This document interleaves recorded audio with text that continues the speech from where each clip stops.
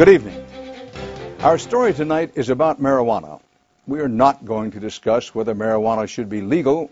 You've already heard that debate many times, and you'll probably hear it many more after this broadcast is over. Instead, we're going to look at the surprising role marijuana has had on our society in the past. Hemp for victory. In 1942, patriotic farmers, at the government's request, planted 36,000 acres of seed hemp. And was there a time in our country when people could just go out and pick it, cut it? It was everywhere? George Washington grew it. He was a hemp producer, and that was a major import in this country. Few people know more about the history of marijuana than former DEA agent Steve White, who has spent most of his life studying and arresting marijuana growers. White says the first marijuana law in the country, in 1619 in Virginia, actually required every household to grow it. A few colonies used it as money, and for hundreds of years American doctors prescribed it as medicine. This Ladies' Home Journal article in 1896 recommends taking hemp 3 times a day for headaches. But in the 1930s, Americans started hearing about a different dark side of the marijuana plant. And this was the man who told them about that dark side. Harry J. Anslinger, the first commissioner of the Federal Bureau of Narcotics. A law and order evangelist, Anslinger would shape America's attitude toward marijuana for generations to come. Known as Muggles, Tea, or Reefer, it was popular with the jazz crowd because it made music sound so good. From here, musicians carried it up the Mississippi to urban centers in the north. With marijuana showing up in the big cities, Anslinger realized it might be the answer to his problem. If he could persuade white America that marijuana was a deadly menace, frightened voters might push their state legislators to sign on to his Uniform Narcotics Act. Without any public debate, scientific inquiry, or political objection, the Marijuana Tax Act was signed into law by President Roosevelt. The act prohibited possession of marijuana anywhere in the United States without a special tax stamp from the Treasury Department. And the Treasury Department didn't give out any stamps, effectively making marijuana illegal. Overnight, a new class of criminals was created.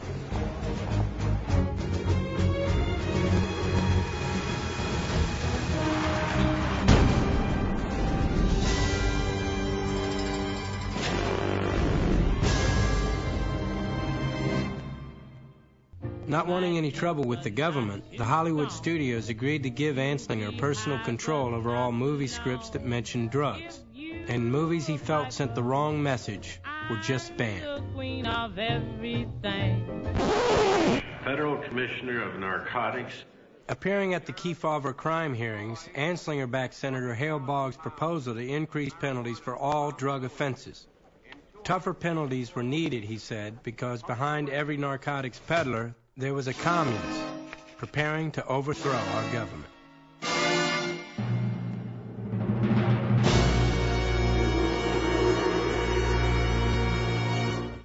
Taking Anslinger's advice, President Truman signed the Boggs Act, which dramatically increased penalties for possession and ordered mandatory minimum sentences.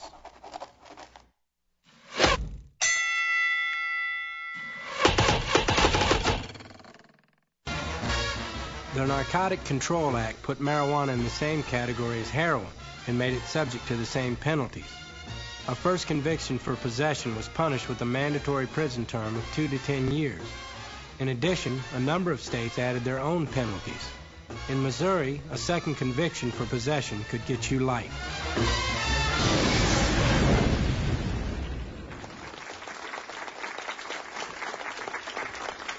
To Harry Jacob Anslinger, distinguished citizen, in your dedicated efforts to combat the illegal traffic in narcotic drugs, you have fashioned an effective organization to pursue this objective. Your noteworthy achievements in this field have earned for you the respect of the world community.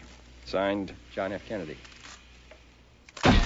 In leaving the bureau he'd built up under 5 different presidents, Anslinger warned his successors of an impending drug revolution, which he felt would be nothing less than an assault on the foundations of Western civilization.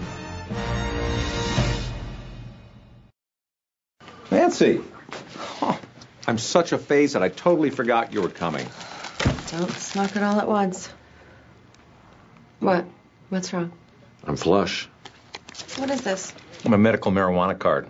I got a note from a clinic doc for $100. Went down to the pot store, and Mama, I was home. How's this possible? The genius of Prop 215, medical marijuana for sick people. And seriously, who couldn't use a little medicating, right?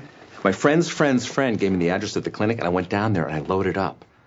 God, I love California. The DEA does not recognize any initiative anywhere in the United States that promotes marijuana as a safe, harmless drug that can be used for medicinal purposes.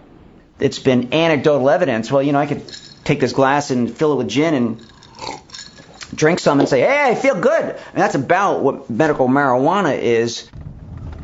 The 4 or 5 people that you've talked to, well, of course they're biased toward it, but that's like asking the generals in Iraq, how's the war going? You're not getting an objective forest for the trees kind of an appraisal from those people. You have to look at science, not politics, to define what is safe and effective medicine in America. I hope you catch that soundbite. That's all right. It is not possible that any disease would ever be treated with smoked marijuana. Smoking is an unhealthy, dangerous, destructive drug delivery system. Of course marijuana has legitimate medical value. I mean, there's no question about that. The FDA came out with a statement saying that marijuana's got no legitimate medical value. They were just being political and dishonest about that, and they were criticized up the gazoo. What they meant was that there were no what are called phase 3 final clinical trials of the sort that pharmaceutical companies have to do to get a drug finally approved.